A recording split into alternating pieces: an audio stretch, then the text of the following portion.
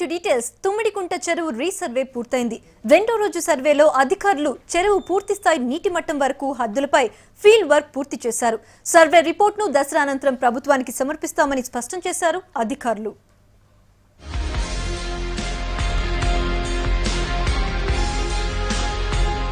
Gurukul trust భూముల్లో వివాదాస్పదంగా మారిన తుమ్మిడికుంట చెరువు రీసర్వే పూర్తయింది. రెవెన్యూ రికార్డుల ప్రకారం 20 ఎకరాల 7 గుంటలుగా ఉన్న చెరువును ఆక్రమించి అనేక నిర్మాణాలు వెలిశాయి. ఇందులో ప్రముఖ సినీ హీరో నాగార్జునకు చెందిన ఎన్ కన్వెన్షన్ సెంటర్ కూడా ఉంది. చెరువు స్థలాన్ని ఆక్రమించిన మరో 13 మందికి నోటీసులు జారీ చేసి వారి సమక్షంలోనే సర్వే నిర్వహించారు.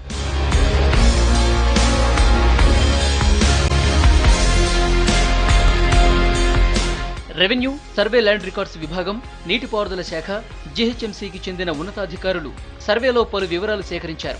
2 రోజుల పాటు సాగిన ఈ సర్వేను 3 మెథడాలజీల ద్వారా చేపట్టారు.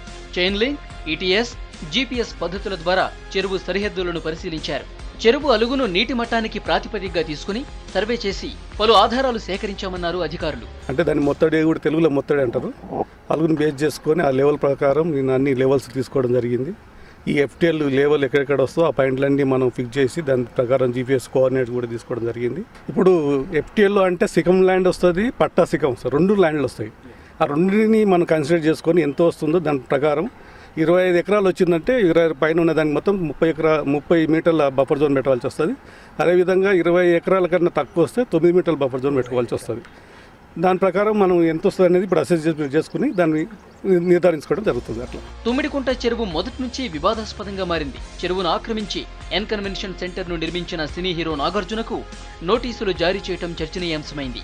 న్యాయ వివాదాల అనంతరం హైకోర్టు అడ్వకేట్ జనరల్ సూచనల మేరకు 2 రోజుల పాటు సర్వే నిర్వహించిన అధికారులు పలు అంశాలను పరిగణనలోకి తీసుకున్నారు.